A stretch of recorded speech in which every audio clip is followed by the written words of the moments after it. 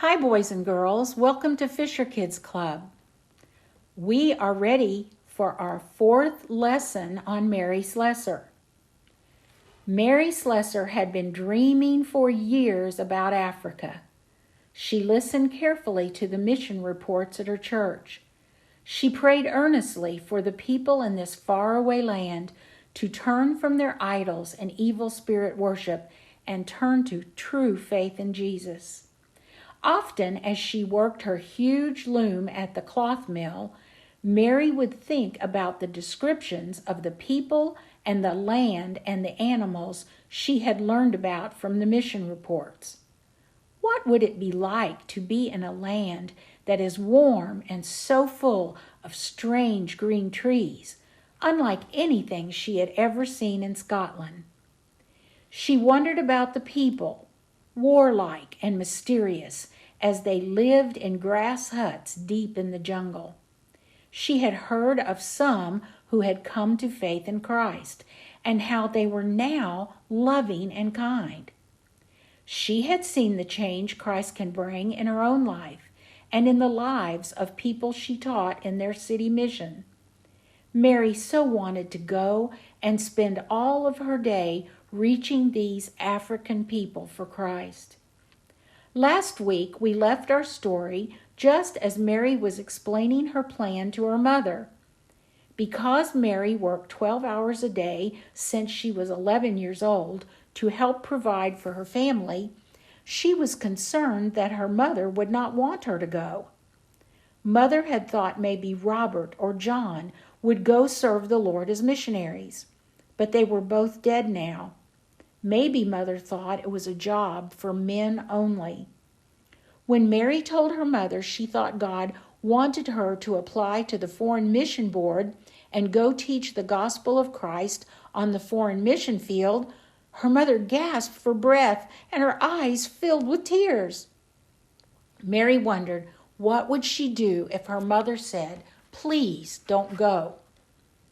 "Oh, my precious child, Mary," said Mother, with tears streaming down her face. "I have loved you so much, and I have always been so proud of you. I couldn't be more proud than I am right now that you are willing to serve our Lord Jesus as a foreign missionary." Mother, you know I love you, and I hate to leave you," said Mary. She might have been a little surprised at her mother's enthusiasm. "And I hate to see you go, child, but the most important thing is for you to obey the call of God. I will greatly miss you, but I will be happy you are following what Jesus said. And to think, I will hear of what you are doing when they read the mission reports at church," said Mother. "Then I will apply to the mission board right away. I have many things to do before I can go, if they accept me. Many who go as missionaries are teachers with formal education and doctors. I have only a few years of basic school. I'm sure I will have to prove that I can be useful," said Mary. "You will be accepted and you will be useful," said Mother. "Look at all you have done all these years to care for our family. You have made good use of every bit of learning you could come by, and you have accepted difficult assignments to teach others." Mary started right away on the application letter to the mission board. She had to list her schooling, which was only the school at the mill. She had to have references. That means people who know you and can speak about your character, your work ethic, your dedication, and your true Christian faith. The leaders of Mary's church were willing to give her good references because they had seen Mary live her faith and share Christ with others. Mary sent in the application and waited for the reply. "Where will you go?" said Mother. "I would love to go to Calabar in Africa, the way Robert and I would dream of going together when we were playing missionary. But I want to be sure to go wherever it is God wants me to go. Maybe I dream of Calabar because of Robert and childhood play. I think it best to tell them I will go anywhere they send me. And then I will just ask God to guide my path, Mary answered. Mary's church had mission outposts in India and China, Japan, and Africa. If Mary was accepted, she would be sent to any of these countries. Even though Mary thought and prayed faithfully for Calabar in Africa, she wanted to be willing to follow God's lead, even if it wasn't her dreams. The only way to live totally for Christ is to follow his leading. There is a Bible verse, two actually, that teach what Mary was trying to live. They are found in the book of Proverbs. You will find this book very close to the middle of your Bible. It is in the Old Testament right after the book of Psalms. The verses are Proverbs 3, 5, and 6. Trust in the Lord with all your heart and lean not on your own understanding. In all your ways acknowledge him, and he will make your paths straight. Work on memorizing these verses. These are such good verses for your whole life. Let's say them together again. Proverbs 3, 5, and 6. Trust in the Lord with all your heart, and lean not on your own understanding. In all your ways acknowledge him, and he will make your paths straight. These verses teach us that we should learn to trust God. When we are not trusting him, we often try to make things happen our way. We cannot do his will if we are not in his will. God understands everything, and we certainly do not. So we should pray to him, seek his will, and trust him. If we do this, the Bible tells us in verse 6 that he will lead. That is what it means when it says, make your path straight. When you don't know what to do, pray and trust God, and he will show you the right path or the right thing to do. Mary was willing to go anywhere, but in her heart she prayed for Calabar. If she was sent there without pushing for it, she would be more sure that it was God truly leading her all along. Finally, the letter came for her to come to an interview with the mission board members. They had read her application, her testimony of how she became a Christian, and her list of ministries she had been doing for her church. Now they wanted to talk to her personally. Mary was nervous, but she prayed that the Lord would keep her calm. The mission board interview team was made up of 7 men who had read her application. They had several questions for her about her life. They wanted to hear her tell them how she became a Christian. And they also wanted to ask some more questions about the ministries that she had already been doing. After asking questions and looking all over her paperwork, one man on the mission board said, "Well, Miss Slessor, it appears that even though you have very little formal schooling, you have learned to teach, and you have been using your teaching skills to serve the Lord right here at home.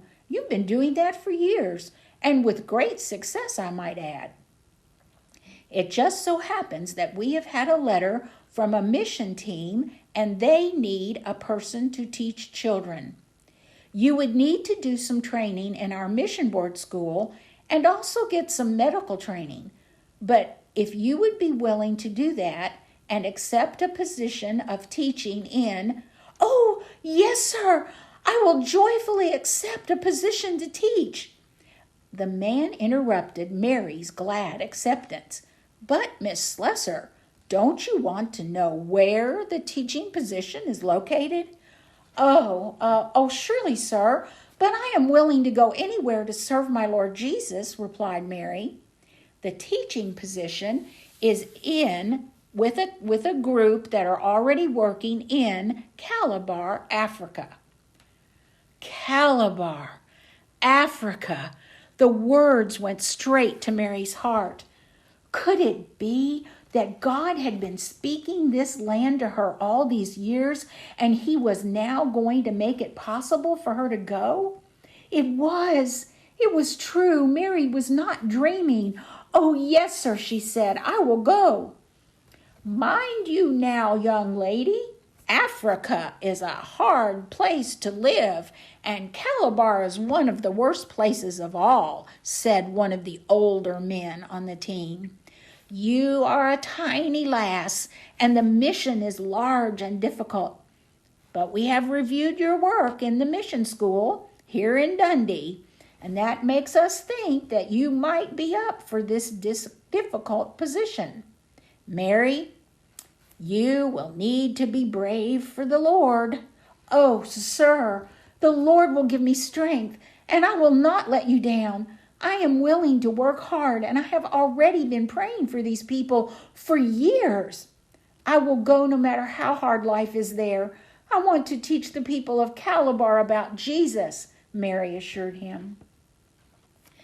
Mary was soon in training at the School for Teachers in Edinburgh, in Scotland. Up till now, Mary had only seen the city of Aberdeen and the city of Dundee on the coast of Scotland. Now she was in the large city of Edinburgh, and she was in school. Formal education. She was in training to be a real teacher. She was so excited she could hardly believe how her heart's desire was coming true. Mary would also receive medical training and learn much more about Calabar and Africa. She loved learning and spent her free time imagining what her life would be like in Calabar. Now, Mary was a very kind person and a very serious student. She made many friends while she was at the School for Teachers. Most of the girls would be teaching somewhere in Great Britain, and they would hardly believe that Mary was willing to go to such a faraway place. These girls really liked Mary, but some of them said things that were not very encouraging. They would say things like, "Mary, my church says that only 1 in 4 missionaries can make it through the first couple of years. You would do better if you got a job at a school here in Scotland." And then another girl said to her, "Mary, at our church we were told that Africa is called the white man's grave. I'm afraid for you to go to a place that is so dangerous like that." Mary would assure them that she had lived in the worst conditions in the mill area of Dundee and survived an outbreak of diphtheria and another of cholera that took the lives of her siblings. She told them of how she became a Christian and how she knew God was calling her to be a missionary.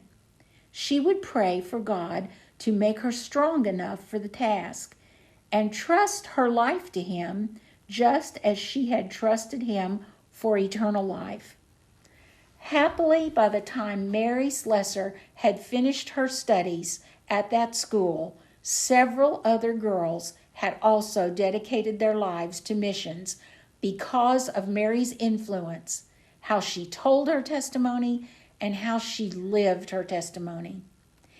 After training and gathering supplies for the mission work, Mary faced a long journey to Africa.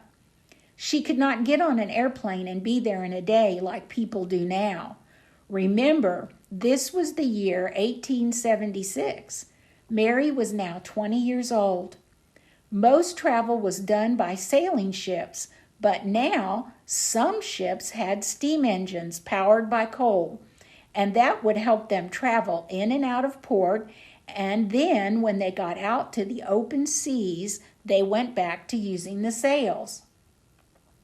Mary traveled on such a ship and went at the same time as some other missionaries.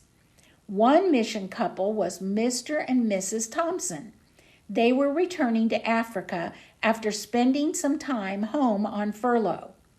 Now, a furlough is a break from the mission work to return home, reconnect with family and churches, and to check in with the mission board directors. The Thompsons served more to the west of Calabar in the country of Cameroon. But they would have to stop first in Calabar so they could accompany Mary all the way to her new home at the mission station in Duketown. Mary wanted to learn from these other missionaries on the journey, and the fact that the travel would take weeks would give her time for that learning. She had read everything she could find to help her learn about Africa, and conversations with these missionaries would be so valuable. Mary watched the men on the deck of the ship haul up the huge ropes that held the ship to the dock, and soon she could feel the ship going up and down as it began to float freely in the Mercy River. The boat used steam engines as it chugged along toward the mouth of the river and then on to the open sea. In a short time, Mary was looking at the gray-blue waves and feeling the boat bob up and down on the choppy Irish Sea. The ship would stay close to the coast as it sailed along past France and Spain. It would then start the southward voyage toward the West African coast. Mary was so excited about what she would see and experience on the journey, but not long into the trip, Mary began to feel sick. She tried to ignore the dizzy feeling and the upset, queasy feeling in her stomach. Soon her head was hurting, and she excused herself to go to her tiny room on board the ship. She tried to rest on her bunk, but she was sick. She was very sick. Mrs. Thompson came and brought her some biscuit and water to try to settle her stomach ache. Mary had never been so strangely sick for so long. She didn't know what was wrong. She wondered if they would send her home, and she would not even get to the mission field. We are out of time for tonight's lesson, but I want you to be sure to join us again next week to find out what happens in the story of Mary Slessor, missionary to Calabar, Africa.